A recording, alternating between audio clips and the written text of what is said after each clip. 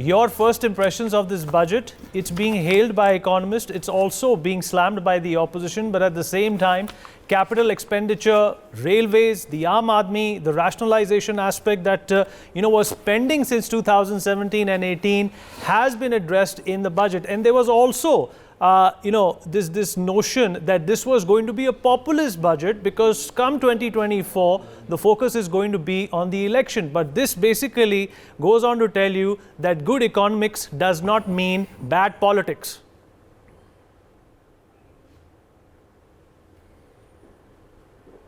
No, at the outset, I just want to put the record straight. If you go by the last 8 or 9 years of the record of the government led by Prime Minister Modi, a budget has never been motivated or inspired by the vote bank considerations. And in fact, Prime Minister Modi, in a larger from perspective, I would say, has tried to introduce a different kind of a political culture, a work culture in this country, that we reach out to those who need us, to fill the gaps which have been left unfulfilled by the earlier governments, give priority to those who missed out the priority by the earlier regimes, and then leave it to the discretion of the people. And that is why, in the beginning of the budget speech itself, the finance minister referred to 4 focus areas. Which were they? A, women; B, youth; C, Vishwakarma skill workers; and D, the green growth. So this is in fact a reflection of the 8-9 years of the foundation which has been very painstakingly built by Prime Minister Modi, as a result of which India's economy today remains stable in spite of the fact that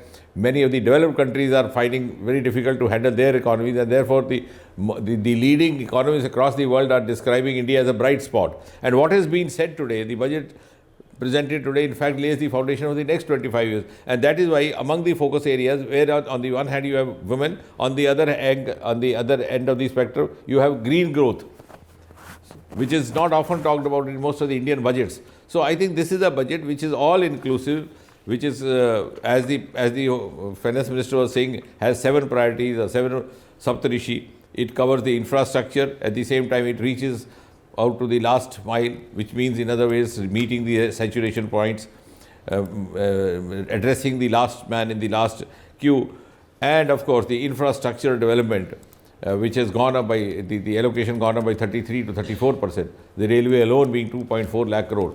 So I think it's a very wholesome budget, very inclusive budget, and a big tent for all. Right. So I was just having a conversation with a member of the Congress party, Mr. Abhishek Manu Singhvi. He said that the concept of inflation has not been addressed in this budget. How would you respond to that? Since there is going to be more money in the pockets of people now because of these, newly introduced tax slabs, is that going to in fact have some sort of a negation impact on inflation as well, in your opinion?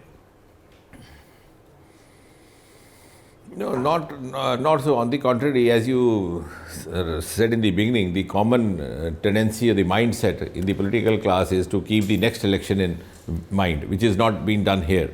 And therefore, instead of doling out some populist decisions, this is a budget which is also addressing the fiscal deficit. The targeted fiscal deficit, as mentioned by the finance minister, is to be below 4.5% by 2025-26.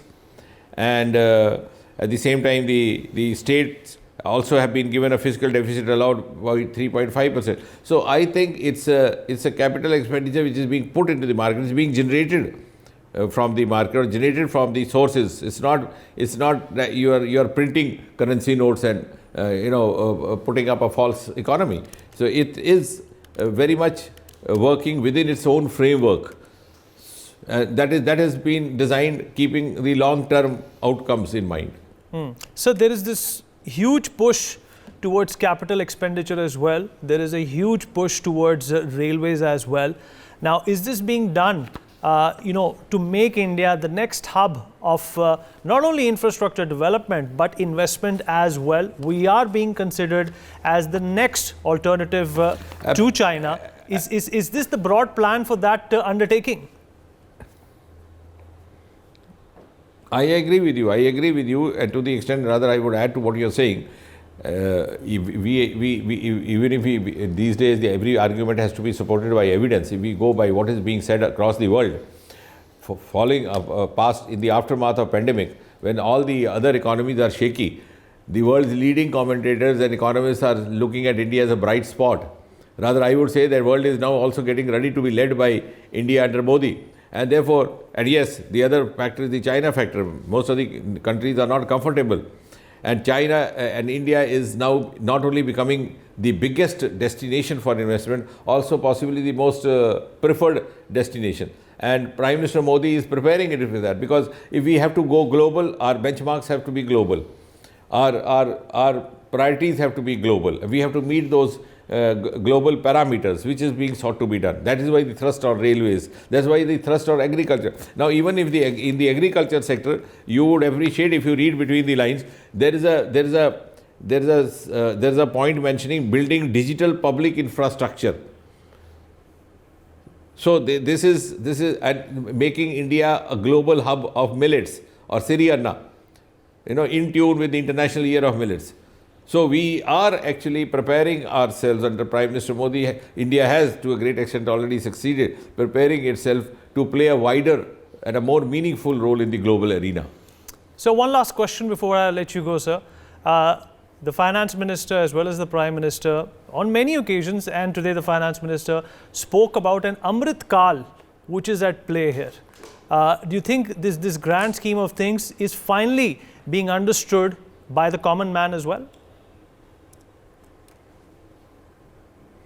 I believe so, because now the things are unfolding in a very substantial way, one after the other.